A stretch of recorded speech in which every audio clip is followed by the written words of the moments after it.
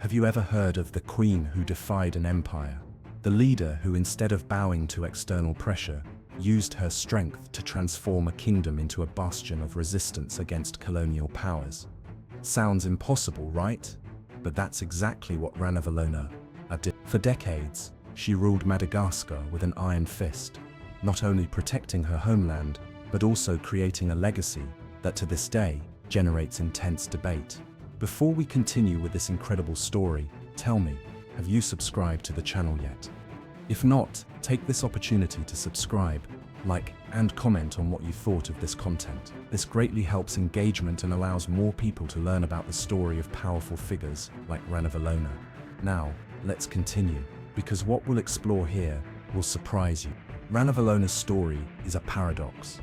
While she was a fierce fighter for independence, she also became a ruthless ruler, using brutal methods to assert her authority. She expelled missionaries, built a powerful army, and rejected trade with European powers. But the prior revolts, exile, and a reign of terror that terrified both her allies and enemies. But what can we learn from such a controversial figure? In this video, we'll delve into the reign of this queen who single-handedly defied the world and left a legacy that cannot be ignored. Prepare yourself for a story of power, resilience, and ambiguity that will surprise you in every detail.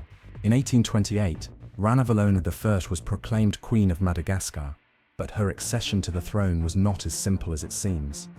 She was not the only legitimate heir, and therefore faced a series of political challenges and dynastic disputes. Her rise to power was not a gift, but a strategic achievement amidst a turbulent and intrigue-filled landscape. The queen knew she would need to win the trust of her people and her court, but she also needed to maintain her authority in the face of external and internal forces that challenged her position. After all, in times of uncertainty, the ability to assert oneself was what separated the rulers who endured from those who faded into oblivion. Ranavalona's decision to lead an empire and resist the colonial and missionary forces approaching Madagascar was nothing short of bold.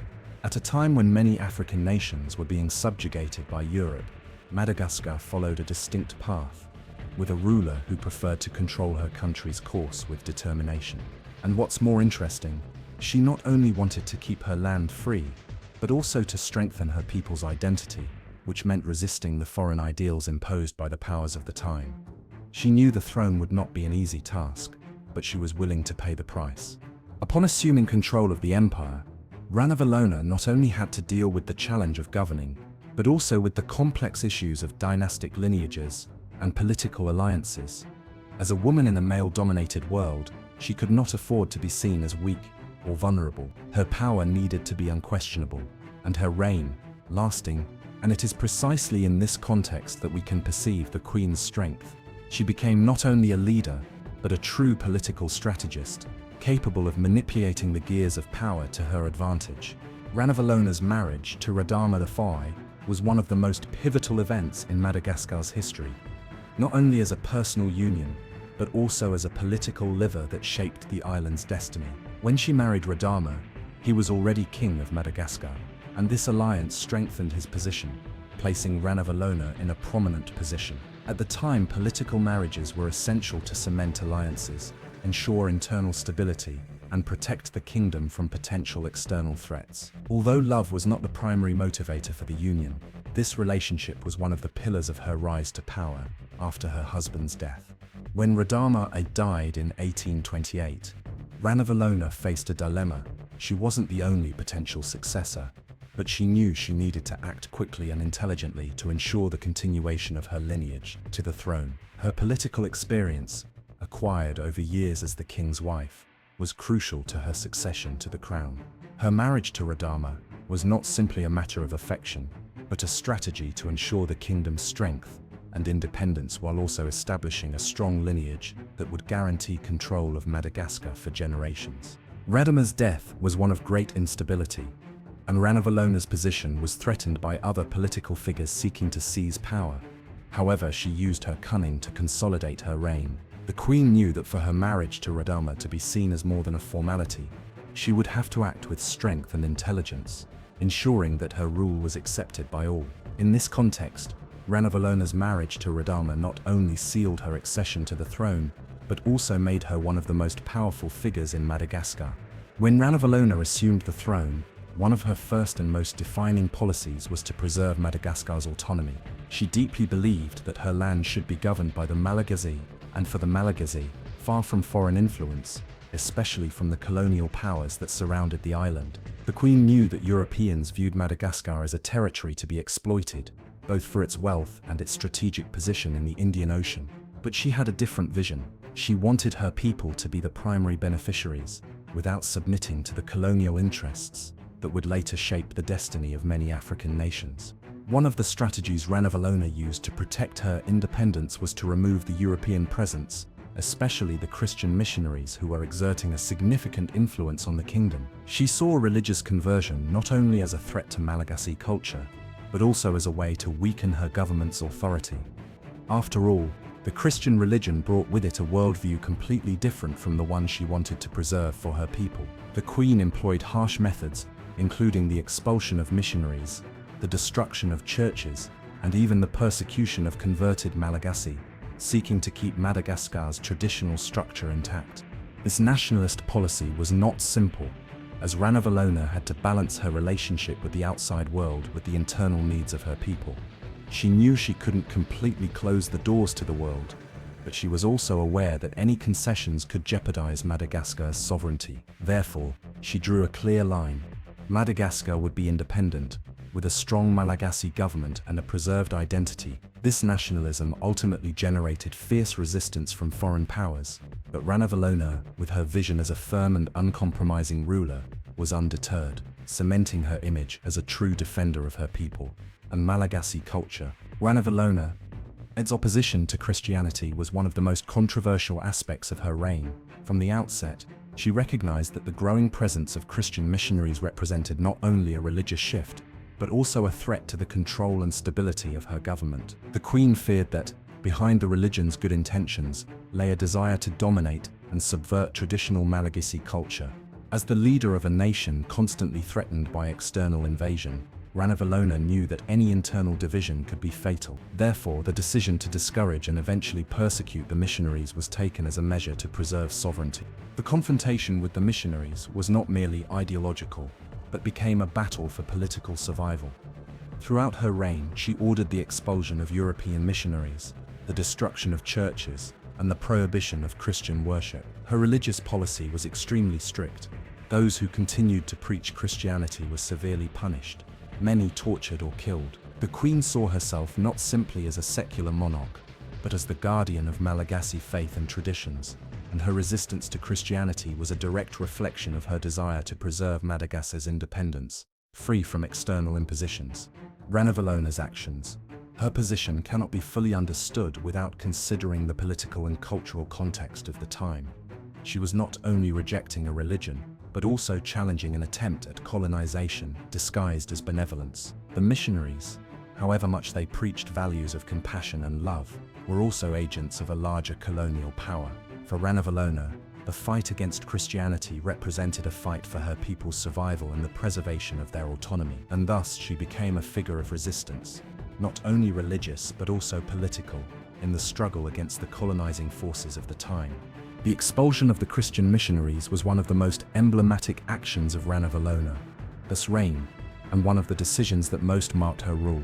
In a context where European powers were expanding their influence, Ranavalona faced a difficult choice: allow the missionaries to remain and thereby risk Madagascar's independence, or take drastic action to protect her land and people. Her choice was clear. The Queen decided that the Christian missionaries would be expelled, and this decision became a symbol of resistance against European colonization. But the expulsion was not simply an act of isolation. It reflected a worldview in which Madagascar should preserve itself as a sovereign entity, free from outside influences. The Queen did not limit herself to a simple expulsion order. She faced the dilemma of how to deal with those who had already converted to Christianity, an even more complex challenge. Many Malagasy had adopted the Christian faith, and this created divisions within society. For Ranavalona, allowing Christianity to spread would be tantamount to weakening the unity of her people. Therefore, she did not hesitate to adopt a severe stance. Those who persisted in Christian practice faced extreme punishments, including torture, and even death. The act of expulsion therefore extended to converts, demonstrating that there was no room for the dilution of Malagasy culture under the imposition of a foreign religion. Ranavalona's movement generated great controversy at the time, and in a sense, she was isolated on the international stage. But for the Malagasy, her resistance represented a moment of identity affirmation. Ranavalona managed to do something that many other leaders of her time lacked the courage to do: directly oppose European supremacy, even if it meant facing incomprehension and condemnation from the colonial powers. She wanted to ensure that Madagascar would be a place where the Malagasy people had the autonomy to live according to their own traditions, without the imposition of an alien culture. In her view, the expulsion of the missionaries was therefore a defense of her kingdom's independence and a reaffirmation of local sovereignty. When Ranavalona assumed the throne, she knew that maintaining Madagascar's independence and ensuring the success of her rule would require more than external resistance. A strong administrative structure was needed, one that would not only maintain order but also consolidate her power within the territory itself. The Queen dedicated herself to creating a centralized and organized administration capable of controlling the various factions and tribes that inhabited the island. This centralization was one of her key reforms, as it aimed to unify the kingdom and ensure that all aspects of government were under her direct command. The Queen focused not only on expanding her authority, but also on creating an effective system of control to ensure that no one, inside or outside her court, could challenge her power. Ranavalona's administrative reforms were followed by a reorganization of the armed forces. For her, the army was not just a tool of protection, but an extension of the government itself, and was essential to maintaining order in the kingdom. Ranavalona restructured the army to make it more efficient and loyal. Military discipline was strictly enforced, and those who failed to follow the Queen's orders were severely punished. This not only consolidated her power, but also served as a way to maintain internal security in times of political and external tension. This model of governance, based on strict administration and an imposing military force, allowed the Queen to control both the territory and her subjects with an iron fist. However, the most interesting aspect of Ranavalona's reforms was her use of bureaucratic and fiscal administration.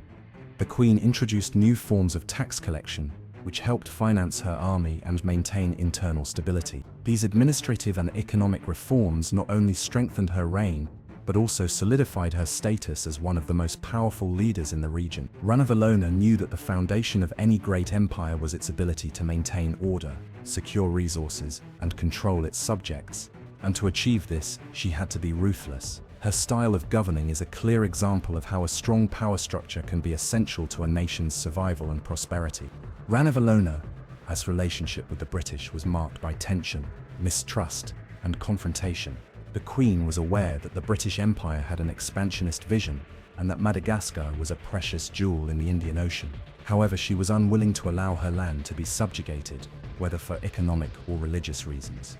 The British government, in turn, saw the island as a potential strategic ally and eventually sought to influence Madagascar's internal politics. This led to a series of diplomatic and even military conflicts between the Queen and the British. Ranavalona not only resisted external pressure, but also demonstrated fierce courage in refusing to yield to any attempt at domination. One of the most tense points was the attempted religious conversion imposed by the British. In addition to her struggle against Christian missionaries, Ranavalona vehemently opposed what she saw as an attempt at colonization disguised as religious benevolence. For her, allowing the British to settle on the island meant losing their autonomy and subjecting their people to a new order that had nothing to do with Malagasy values and culture. This conflict intensified over the years, especially because the Queen refused to accept outside interference, which she considered a direct attack on her sovereignty. And for the British, Madagascar represented a great economic and strategic opportunity. Throughout her reign, Ranavalona I proved unstoppable in facing external threats, including constant pressure from the British. Even as the British sought to influence Madagascar's trade and internal affairs, the Queen managed to resist these advances, maintaining absolute control over the island. At times, her actions were interpreted as an act of defiance against the colonial powers, especially the British, who, faced with her resistance, began to rethink their strategies for expanding their empire. Ultimately, Ranavalona was seen as a leader who would not yield to any foreign power, willing to fight to the end for the freedom of her people and the preservation of Malagasy identity. Ranavalona, his policies were ruthless, and her approach to maintaining order in Madagascar included the use of harsh punishments, including torture and public executions. For many observers at the time, this was one of the most controversial aspects of her reign. The Queen believed that, to ensure the stability of her government and prevent any threat to her power, strict control over the population and even the nobles surrounding her court was necessary. Harsh, though cruel, punishment was seen by Ranavalona as a way to preserve order and demonstrate her authority in an unquestionable way. She knew that any hint of disobedience could result in the destabilization of her government, so she acted with an iron fist. The executions, often public, served as an example to those who might consider challenging the Queen. Some historical accounts indicate that Ranavalona did not hesitate to use brutal methods, such as impaling or torturing to death those considered traitors or enemies of the state. In a country where loyalty to the leader was seen as a fundamental value, any action against Ranavalona's rule was severely punished. The Queen saw this not only as a form of justice, but as a necessity for the preservation of the empire. It was not simply a matter of suppressing opponents, but of sending a clear message: Madagascar, under her rule, would not tolerate subversion. On the other hand, this policy of terror also created a climate of fear and repression.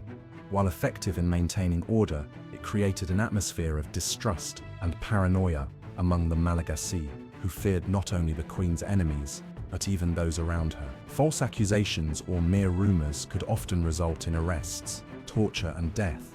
Thus, although Ranavalona was admired for her strength and determination, her rule was also marked by cruelty.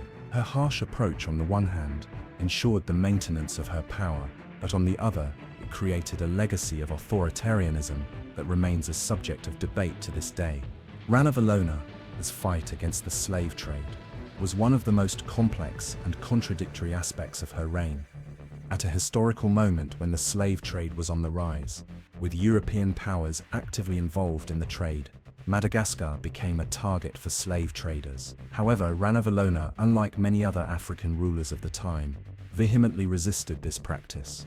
She recognized the devastating impact the slave trade would have on her people and culture, and this awareness led her to adopt drastic measures to suppress it. At the same time, she knew that the kingdom's independence and the preservation of its people depended on the eradication of this practice, which represented not only human degradation, but also a threat to Malagasy's sovereignty. Her approach to combating the slave trade, however, was marked by brutality. For Ranavalona, the best way to eradicate the trade was to use military force to combat any attempt to introduce slavers to the island. She implemented harsh policies, with merciless punishments for those who engaged in the slave trade or attempted to export them. The Queen not only sought to combat the external trade, but also to manage the internal dynamics of her kingdom, ensuring that slavers had no space to operate in Madagascar. In doing so, she sought not only to protect the Malagasy population, but also to ensure that Madagascar remained independent, without falling prey to the system of exploitation so prevalent at the time. However, this crackdown on the slave trade was not without controversy. The Queen, who advocated for Madagascar's independence and autonomy, also faced international criticism, especially from European powers deeply involved in the slave trade. For Ranavalona, this resistance was not only a fight against a cruel practice, but also an assertion that her land would be free to determine its own destiny. Her tough stance on human trafficking, therefore, not only reflected a commitment to morality, but also a strategic necessity to ensure the internal stability and sovereignty of the Malagasy kingdom. Zephyrmineri revolt, which occurred in 1830, was one of the most significant and dramatic events of Ranavalona Dofrian's reign. The Zephyrmineri were a Malagasy tribe located in central Madagascar, and over the years had demonstrated resistance to the Queen's centralized rule. When the Queen ordered all tribes to submit to her rule and follow her policies, the Zephyrmineri fiercely opposed her. They were known for their skill in woodworking, and in some ways, their resistance represented a symbol of cultural resistance to Ranavalona's reforms. For the Queen, who was already facing internal and external challenges, this revolt was a decisive test of her authority. Ranavalona's response to the Zephyrmineri revolt was ruthless. She not only sent an army to crush the revolt, but also imposed a series of severe punishments on the tribe's leaders, demonstrating her determination to maintain absolute control over the kingdom. The queen used harsh military tactics to subdue the rebels, leading to a series of massacres and deportations. The message Ranavalona wanted to convey was clear: any challenge to her rule would be met with brute force. This swift and brutal response to the Zafamanari revolt not only consolidated her power in central Madagascar, but also sent a signal that there would be no room for insubordination in her kingdom. However, this revolt also brought internal tensions within Madagascar to the surface.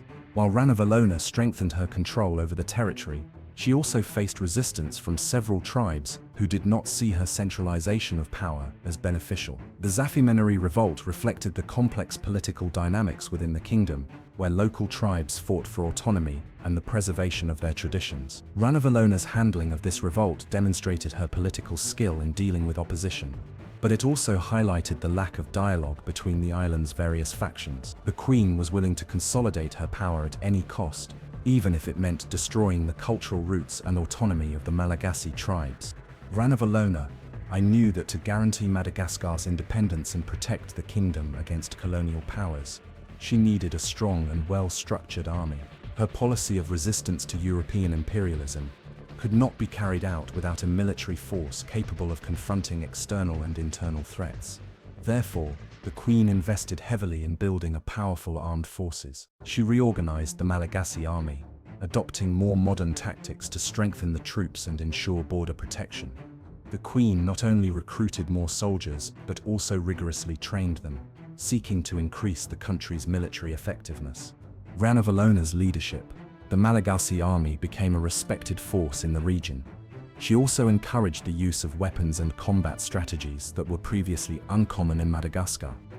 This modernization of the army, however, was not limited to equipping troops with more advanced weaponry. The Queen also focused on strengthening the morale of her soldiers, fostering a strong loyalty to her government and the nationalist cause. Ranavalona's armies were deeply rooted in the local culture, making them not only effective, but also deeply committed to protecting their people and their lands. Furthermore, building a strong military was a deterrent strategy. Ranavalona wanted to demonstrate to everyone, both internally and externally, that any attempt to invade or colonize Madagascar would face fierce resistance. Her skill in building a robust military was one of the reasons she was able to sustain a relatively stable reign, despite constant pressure from European powers and internal divisions. The Queen transformed military force into a direct extension of her power, using it not only to protect the kingdom, but also to ensure that her vision for Madagascar was implemented without resistance. Ranavalona. I was a queen who was undeterred by keeping Madagascar isolated from the rest of the world. At a time when most African nations were being drawn into European markets and colonial interests, she took a radically different stance. For Ranavalona, isolation was key to ensuring the sovereignty of her land and preserving Malagasy identity. The Queen knew that by opening the doors to international trade and politics, her nation could easily be dominated by European powers, as was already happening in other parts of the continent. Therefore, she decided to adopt a policy of self-sufficiency, focusing on the best Madagascar had to offer and preserving its own traditions and culture without outside interference. This policy of isolation was not simply a distancing from European nations, but an active rejection of colonial powers seeking to expand their empires in Africa. Ranavalona, unlike other rulers of the time, was unwilling to yield to the temptation of trade with Europeans, who brought with them not only goods but also influences and ideologies that could weaken Madagascar's political and cultural structure. His closed-doors policy was, therefore, an attempt to create an independent and self-sufficient bastion, a space where Malagasy culture could flourish without being corrupted by outside forces. However, this stance also brought economic challenges to Madagascar. Isolation limited trade with foreign powers, which affected the island's economic growth. The Queen, while determined to preserve her people's autonomy, knew that this isolation also hindered access to resources that could be beneficial to the kingdom's development. However, Ranavalona prioritized independence above all else, believing that preserving Malagasy identity outweighed the benefits that could come from trade with Europeans. This radically isolationist stance had its consequences. but it also cemented her image as a leader determined to protect her people and her land. One of the most delicate issues during Ranavalona reign was succession to the throne, which became a constant concern throughout her reign. Ranavalona not only wanted to ensure that her lineage continued, but also that power remained in strong hands capable of protecting Madagascar's sovereignty. In an era marked by dynastic disputes, she utilized a tradition known as fairy, a concept that referred to a kind of curse that would befall anyone who attempted to seize the throne of her royal blood. She believed that her lineage was protected by supernatural forces, granting her divine power that could not be challenged without serious consequences for her opponents. The concept of fairy was essential to bolstering her position and also creating an aura of invulnerability around her rule. Throughout Ranavalona's reign, the succession to the throne was marked by intrigue and tension. The queen knew that her power could be challenged, and to prevent any usurpation, she strategically manipulated the succession, ensuring that any attempt at dethronement would be seen as a violation of divine order. This not only ensured the continuity of her dynasty, but also consolidated her absolute control over the kingdom. However, manipulating the succession was not simple, and the queen also found herself challenged by members of the court who vied for power internally. These political challenges were often resolved through drastic action, with Ranavalona using her army and authoritarian methods to ensure her will was fulfilled. Ranavalona's authority, but also strengthened her personality cult by associating her rule with supernatural forces. The queen made her position unquestionable, not only politically, but also spiritually. This issue of succession, while important for strengthening her reign, also generated some family tensions and internal conflicts, which tested the stability of her empire. However, Ranavalona's determination to protect her lineage and ensure the continuity of her rule was undoubtedly one of the main pillars of her reign.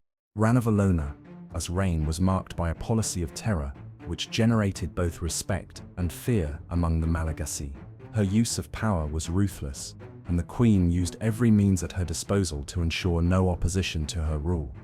Repression, both internal and external, was brutal. The queen believed that to maintain order and stability in the kingdom, there could be no room for dissent. Any attempt to challenge her authority was met with severe punishments, from torture to public execution. This use of fear, while effective in consolidating her power, also led to Ranavalona's reign being characterized by an atmosphere of distrust and paranoia, with even those closest to the queen fearing for their own safety.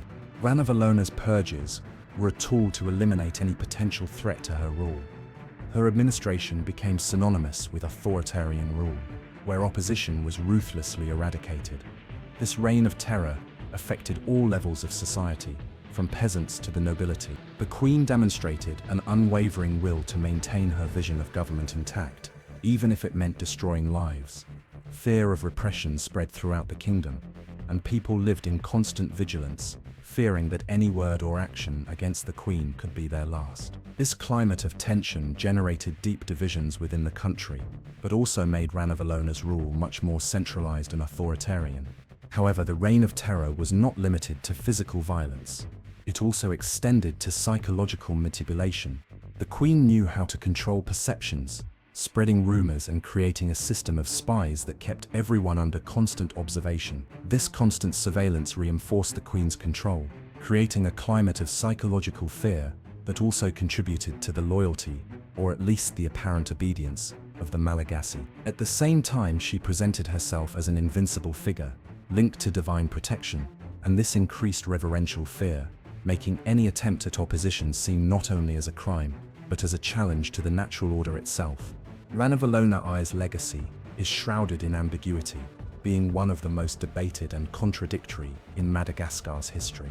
On the one hand, she is remembered as a fiercely protective leader of her nation, who did everything in her power to secure Madagascar's independence and sovereignty from colonial powers. Her relentless resistance to European influence, particularly the presence of Christian missionaries and British interests, establishes her as a nationalist figure who opposed imperialism. For many Malagasy, Ranavalona is seen as a heroine who refused to succumb external pressures, maintaining her country's cultural and political integrity during times of great turmoil. On the other hand, her authoritarian and severe approach to government generated criticism, both within Madagascar and abroad. Torture, public executions, and the brutal repression of any opposition to her regime tarnished her image, making her a feared figure. Her reign of terror policy created an environment of fear and distrust, where even those closest to the court could fall from grace at any moment. For many, her relentless pursuit of power and manipulation of internal and external political structures created an unsustainable atmosphere where the well-being of the population was prioritized over the preservation of her authority. Ranavalona's legacy is therefore divided between respect for her ability to keep Madagascar free from colonial rule and condemnation for the human toll of her rule. She is a historical figure who challenges the simplistic view of heroes and villains, showing that the complexity of a reign can be viewed from different perspectives. Despite the controversies, Ranavalona left a lasting impact on Madagascar, shaping the country's history and leaving a legacy that, to this day, provokes debate about the boundaries between resistance and tyranny. So, what do you think of the story of Ranavalona I? Is absolute power truly the key to a people's independence, or is tyranny merely an inevitable consequence? The Queen of Madagascar leaves us with a profound reflection on how the line between resistance and oppression can be tenuous, depending on your perspective. What would you do in her shoes, facing colonial powers and trying to maintain your people's culture and autonomy intact? Now, I want to hear from you. How does this story of resistance inspire you? What do you think of her methods? Comment below, because your opinion is super important. And if you enjoyed the content, don't forget to subscribe to the channel and turn on notifications to keep learning more about stories like this. Let's continue exploring the figures who changed the course of history together.